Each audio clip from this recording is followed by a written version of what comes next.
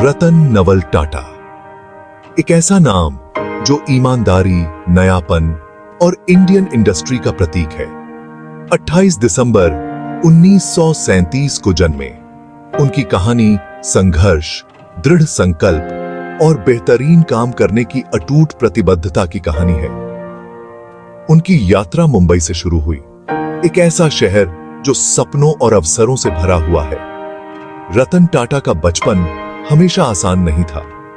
उन्हें निजी चुनौतियों का सामना करना पड़ा, जिसमें कम उम्र में ही उनके माता पिता का अलग होना भी शामिल था। उन्होंने और उनके भाई बहनों ने अपनी दादी नवाजबाई टाटा के प्यार और समर्थन में सांत्वना और शक्ति पाई। इन शुरुआती अनुभवों ने उनमें सहानुभूति, करुणा और परिवार के महत्व के मूल्यों का संचार किया।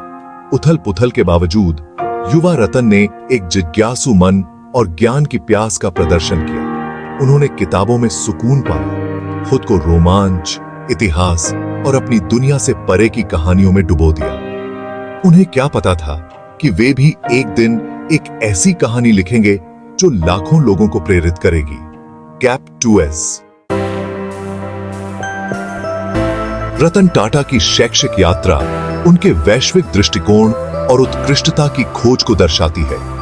उन्होंने अपनी स्कूली शिक्षा मुंबई के कैथेड्रल और जॉन कॉनन स्कूल से शुरू की, जो अपने कठोर शैक्षणिक मानकों के लिए जाना जाने वाला एक प्रतिष्ठित संस्थान है। आगे विकास और ज्ञान की तलाश में वे उच्च शिक्षा के लिए संयुक्त राज्य अमेरिका चले गए। उन्होंने Cornell university college of architecture में दाखिला लिया। खुद को डिजाइन, सौंदर्य शास्त्र और संरचनात्मक सरलता की दुनिया में विसर्जित कर दिया। कॉर्नेल में उनके समय ने उनके क्षितिज को विस्तृत किया, उन्हें विविध दृष्टिकोणों से अवगत कराया और उनकी नवीन भावना को बढ़ावा दिया। 1962 में उन्होंने आर्किटेक्चर में स्नातक की डिग्री हासिल की। अपनी टोपी में एक और पंख जोड़ा। लेकिन ज्ञान की उनकी तलाश यहीं खत्म नहीं हुई। उन्होंने हार्वर्ड बिजनेस स्कूल में उन्नत प्रबंधन की पढ़ाई की। 1975 में स्नातक की उपाधि प्राप्त की। हार्वर्ड में उनके समय ने उनके व्यावसायिक कौशल को निखारा और उन्हें वाणिज्य की जटिल दुनिया को नेविगेट करने के लिए कौशल से लैस किया। 1962 में कॉर्नेल से डिग्री हासिल करके रतन टाटा भारत लौट आए, राष्ट्र के विकास में योगदान देने के लिए उत्सुक। अपनी पारिवारिक विरासत को देखते हुए वे आसानी से टाटा समूह के भीतर एक आरामदायक पद ले सकते थे। इसके बजाय उन्होंने एक अलग रास्ता चुना, विनम्रता और सीखने का रास्ता। उन्होंने अपने करियर की शुरुआत जमशेदपुर में टाटा स्टील के शॉप फ्लोर से की थी। ब्लू कॉलर श्रमिकों के साथ काम करते हुए उन्होंने औद्योगिक प्रक्रियाओं, श्रमिकों के सामने आने वाली चुनौतियों और टीम वर्क के महत्व का प्रत्यक्ष अनुभव प्राप्त किया। इस अनुभव ने उनके मन में प्रत्येक व्यक्ति के योगदान के प्रति गहरा सम्मान पैदा किया, चाहे उनका पद कुछ भी हो। टाटा स्टील में उनके शुरुआती वर्षों को सीखने की तीव्र अवस्था द्वारा चिह्नित किया गया था। उन्होंने उत्पादन से लेकर मार्केटिंग से लेकर श्रम संबंधों तक व्यवसाय की पेचीदगियों को समझने में खुद को विसर्जित कर दिया।